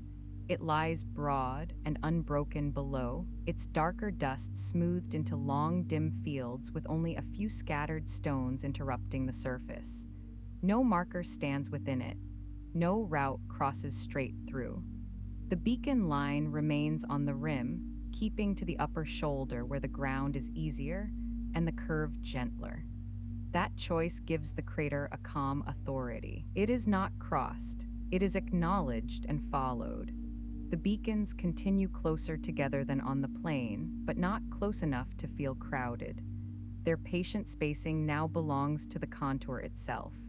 Each one appears just beyond the last in a slow, unrolling line, pale and still against the darker shoulder. Once you pass one, the next seems already prepared to receive the walk. Older tracks reinforce the same motion, their arcs shallow and repeated, holding the memory of earlier nights when the same rim was followed under the same distant light. By now, the broad plain behind has become mostly a field of pale openness at your back, while the crater's shoulder and its long inward dark shape hold the greater part of the walk. The base remains where it has always been, though now so low and far that it belongs more to orientation than to sight. Nothing about that distance feels diminished. The path is marked. The curve is clear. The moon has simply begun to gather the outward journey into a different form, trading long, straight space for a slower and more intimate line. At length, the next section of the rim begins to widen again. The beacon ahead stands where the shoulder softens, and beyond it, the route seems ready either to continue around the basin or to turn more fully towards whatever lies beyond the curve. For now, it is enough to remain within this gathered phase of the walk. The broader plain behind, the darker crater below, the marker line bending steadily on, and your own quiet progress held between them. The moonwalk has reached its furthest outward contour, and the path is beginning, very gently, to turn. Beyond the broadest curve of the crater's shoulder, the route begins to loosen from the rim. The basin remains beside you for a little while longer, but its hold on the walk is gentler now, its darker floor slipping lower and further away while the beacon line begins to lead across steadier ground ahead. Nothing changes suddenly. The moon does not trade one shape for another in abrupt gestures. It eases the path outward from the contour it has followed, allowing the shoulder to widen, the inward drop to soften, and the route to begin taking on a quieter, more familiar direction. You continue at the same measured pace. A careful lift, a soft return, a slight suspended easing between one step and the next. The suit hum stays close within the helmet, low and unchanged. Your own breathing remains steady, shaping the same calm inner rhythm that has accompanied the walk from the first step beyond the airlock. Now, though, the ground ahead feels less exploratory than before. It is no longer opening into unknown distance. It is gathering itself into a line that knows where it is going. Underfoot, the surface begins to change again. The darker crescents of dust near the basin edge thin away. Firmer regolith returns in longer stretches, pale and level beneath the low light, with only the slightest changes in tone where older passage has compressed the ground. Your prints remain clear, though not deep. At times, they settle into the same older lines already present there, as though the route has been walked so often that the moon itself has begun to remember its shape. A few paired tracks pass beside the beacons, curving inward from the crater shoulder, and then straightening again ahead. Their regularity gives the ground a subtly different feeling from the more distant outward phases of the walk. This is traveled way, marked not only by lights, but by quiet repetition. The beacons themselves begin to change in relation to one another. Their closer spacing along the rim eases by degrees into a line that is still gathered, but less bound to the basin's curve.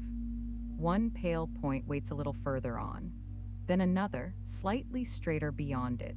The arc remains, but it is broadening, resolving itself into a route that no longer belongs entirely to the crater edge. At each post, the usual signs remain: dark anchor collar, dust gathered at the base, older prints passing near. Nothing about them grows brighter or more insistent. Only their direction begins to feel more clearly aligned with the baseward way. The basin falls quieter at your side. Its darker floor can still be seen when the shoulder dips slightly, but it no longer rises in the eye as the main feature of the route. Now the ground ahead matters more. A low shelf opens beyond the last curve of the rim, pale and broad enough to carry the marker line onward without the same close shaping from either side. The crater remains part of the landscape, but it is beginning to take its place behind the walk rather than beside it. The moon is slowly releasing the route from that long inward fold. Far ahead, the station lights begin to gather more clearly. They are still low and small near the horizon, but no longer no more than a cluster. One warmer patch separates slightly from the others. A paler line stretches low along the ground. Above that, one dim curved shape suggests the upper body of a structure, catching just enough distant light to distinguish itself from the plain around it. The base is still far away, It has not rushed towards you. It has simply become legible again, the way familiar things do when the line leading to them has finally turned enough to face them once more. You move towards that faint gathering without hurrying. The ground beneath you remains calm and exact, alternating between smoother regolith and softer dust where shallow drifts have settled in low folds. At one point, a faint band of more frequent prints crosses the route from one side and joins it for several yards, as though other walks have come in from another station line or perimeter path before returning to the main marked way. Their impressions are neat, evenly spaced, and only a little shallower than your own. They lend the approach an almost companioned feeling, not because anyone is here now, but because many quiet returns have passed this way before. A little further on, the next beacon stands beside a low service mast set just beyond the path. It is no higher than the shoulder, narrower than the sensor station you checked earlier, and simpler in form. A dark upright post with a sealed head unit, one dormant indicator point, and a small perimeter plate mounted near the base.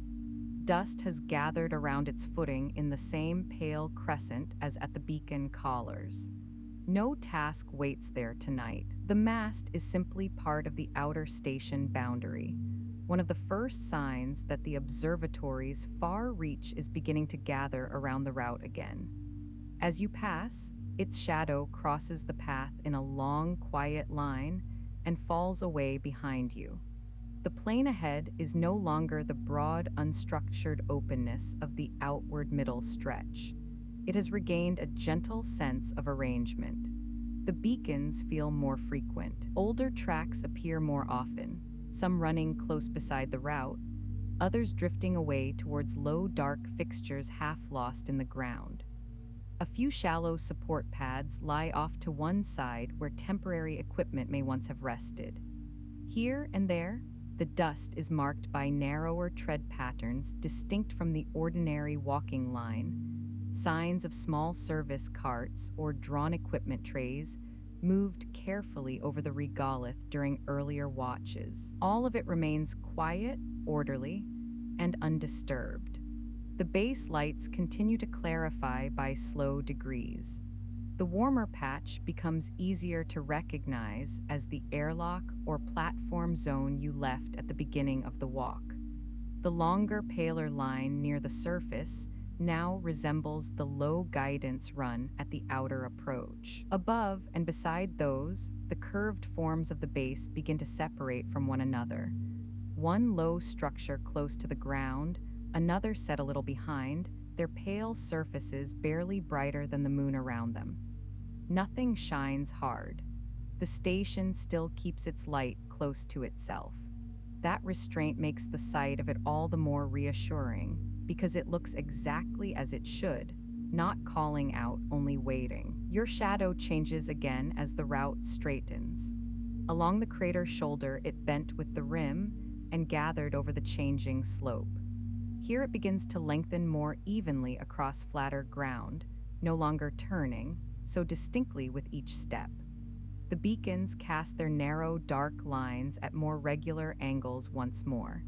Even the dust seems to hold the light differently, less caught by inward slope, more evenly spread across the returning shelf. The walk does not yet feel enclosed, but it does feel less far-flung than before. The outward country is behind you now. The baseward ground is beginning to take its place. At one section of the route, the marker line passes over a broader patch of compacted regolith where many older returns have clearly crossed. The surface there is darker and firmer, and the prints left on it hold with particular clarity. Your boots meet it with a slightly cleaner, more immediate contact. Older tracks join and part across it in pale arcs and straightened lines, some fresh-looking in the low light, others more settled into the ground. The whole patch feels like a quiet convergence point, not busy, only often used. After the long basin contour, That repeated crossing of paths deepens the sense that you are once more within the outer reach of the station's own regular life. The next beacon comes alongside you, then another a little further on, and now the station is no longer merely discerned. It is present again in pieces. The low approach line, the softer cluster of structure lights, one pale curved wall catching enough illumination to show its outline, a darker interruption beside it where a rail or platform edge must stand against the ground. The route between here and there is still long enough to preserve the calm of the walk, but its destination has become unmistakable. The moonwalk is no longer only guided by the beacons, it is guided by recognition. You continue without changing pace. There is no reason to hurry the return any more than there was reason to hurry the outward walk. The same careful lift, the same soft return, the same quiet held rhythm of suit, breath, and dust underfoot. Only now those movements belong to a later phase of the night, one in which the route no longer opens into further distance, but gathers gently towards shelter. Near the end of the stretch, the ground rises by hardly more than a shallow ramp of regolith, just enough to give a clearer sight line towards the base. From there, the outer platform can almost be read as a shape rather than guessed from light alone. Its low line sits against the pale surface. Beyond it, the airlock zone glows a little warmer than the rest.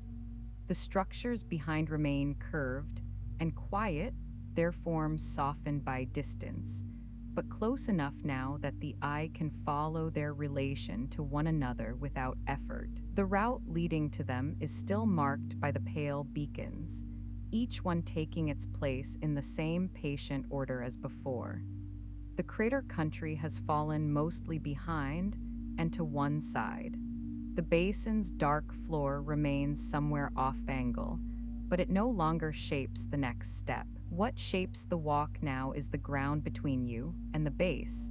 Firmer patches, drifted seams of dust, older tracks, perimeter fixtures, the long, low approach of structure returning to view. The moon remains silent.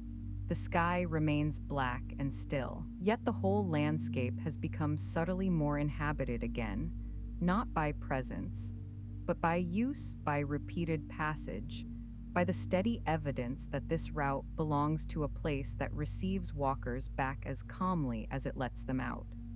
Ahead, the next beacon stands where the final exterior approach seems ready to begin. Beyond it, the line of the path appears to narrow slightly towards the platform zone and its low rail. The warmer light of the airlock remains steady, and the pale station surfaces hold their quiet shapes against the dark. For now, it is enough to keep moving towards them in the same unbroken rhythm. The long outer walk is nearly complete. The moon has already begun giving the route back to structure, light, and shelter, while one last calm approach waits between you and the door. The final beacon falls behind you as the outer approach begins. Ahead, the path narrows gently towards the station platform, its low rail and guidance lights now clear against the pale ground. The base no longer sits only as a distant gathering of shapes. Its outer wall has returned to recognizable form, curved and pale beneath the dark, with the airlock zone holding its warmer light close to the surface. The route between you, and it is short enough now that the older tracks show themselves in greater number, crossing, settling, and joining the marked way in a quiet web of repeated returns. You keep the same measured pace. A careful lift, a soft return, a slight suspended easing between one step and the next. The suit hum stays low within the helmet. Your breathing remains even. The moon still gives almost nothing back in sound, yet the ground now feels less like open country and more like the outer edge of a place shaped by use. The dust is marked more often here. The firmer patches are broader. Here and there, a faint service tread crosses the ordinary walking line, or a shallow crescent of disturbed regolith gathers beside a perimeter fitting half-sunk in the pale surface. Nothing is busy. Everything is orderly. The platform grows clearer as you approach. Its edge runs low and straight against the dust, with a narrow ramp leading up from the ground to the metal surface above. Along one side, the rail catches a dim pale line where the station's outer lights and distant Earthlight meet on the metal together. The platform itself remains simple, not lifted high, only enough to mark the threshold between the lunar ground and the built structure. Beyond it waits the airlock opening, dark around the frame and warmer within, held open in a rectangle of quiet interior light. Behind you, the outer walk has already begun to draw into memory. The crater's shoulder lies off to one side. The broad plain is further still. The sample station and the first sensor mast are gone into the greater dark and silver field beyond. Nothing about that distance feels lost. The route remains present in another way now, held in the line of tracks behind you, in the steady beacons you no longer need to count, and in the body's own settled knowledge of the walk it has just taken. The final stretch of dust beneath your boots is smoother and more compact from repeated passage.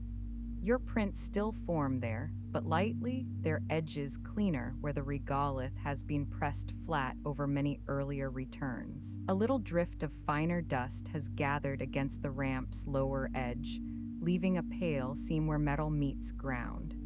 As you reach it, one gloved hand comes lightly to the rail. The contact is familiar at once. Cool through the suit, firm and still, unchanged by the long walk that led back to it. The first step onto the ramp brings the same gentle lunar lightness as before, though now the movement feels more gathered, drawn inward towards structure and shelter rather than outward into open distance. The ramp rises only by a little. Its grip strips pass beneath your boots in even narrow bands, darker than the pale metal around them. To one side, the dust lies open and softly marked by older tracks. To the other, the station wall curves upward from the platform with the same pale calm it held at the beginning, though now it feels less like the boundary of departure and more like the edge of a place already known. Above the rail, the black sky remains still. Earth hangs at its distance, quieter than ever now, its presence carried more in the silver tone of the ground than in the need to look up. At the top of the ramp, the platform receives you with a different answer from the moon beneath it. The boot meets metal. The sound remains muted inside the suit, but the feel is firmer, cleaner, less yielding than the regolith below. The change is slight and immediate. Dust ends. Built surface begins. A few faint traces of pale powder remain at the platform edge, and near the rail posts where earlier returns carried the moon back in on their soles before the airlock took it away again. Your own shadow, which traveled so long across dust and crater edge and open plain, now falls in a more compact line beside the rail and station wall. The airlock opening waits a few steps ahead. Its inner light does not spill far across the platform. It keeps itself close, warming the threshold stone-gray metal and the lower edge of the door frame without reaching much into the lunar dark beyond. Beside the hatch, one readiness panel rests with a single pale indicator, no brighter than the beacons you have followed all the way back. Nothing flashes. Nothing calls attention to itself. The station receives the return in the same restrained way it allowed the departure. You pause for a moment before crossing. The low rail behind you, the platform underfoot, the pale dust below marked by the final tracks of the walk. Further out, the moon stretching back through crater shoulder, open plain, and the sleeping country you have crossed under the black sky. The view remains quiet to the last. No wind moves over it. No weather changes it. Only the base light near the hatch and the distant earth above keep the ground from being entirely one tone of silver and gray. Then you step through the airlock threshold. At once, the world changes scale. The open lunar distance falls behind the curve of the doorway. The station wall surrounds you. The low outer hush of the moon gives way to the closer sound of the suit itself and the contained interior quiet of the chamber. The room is small and clean, much as it was before the walk began. Curved walls, bench beneath the lockers, low compartments, handrails, dim overhead panel. But now the airlock carries the return within it, dust in the boot grooves. A faint pale trace on the floor grid near the threshold, the steadier feeling of enclosure settling around you again. The outer hatch begins to close. Its movement is smooth and slow, the panel drawing back across the opening with a softened mechanical shift until the last slice of black sky and pale dust is sealed away behind the curved edge of the door. When the seal meets, the change is gentle rather than abrupt.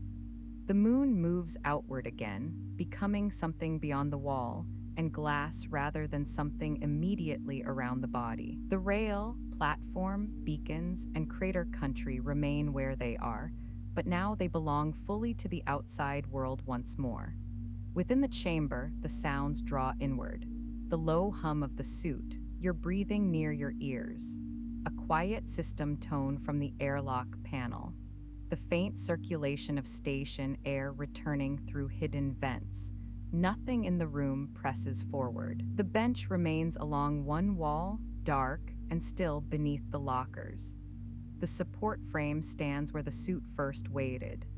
A small console rests near sleep mode, its one amber indicator unchanged. The whole space feels as though it has been holding itself in readiness for this exact return, not anxious for it, only prepared. You move away from the threshold and let one hand rest on the back of the bench. The familiar surface receives the glove with the same quiet steadiness as before. Underfoot, the floor grid is firm, and even it seems catching the low light in straight, narrow lines.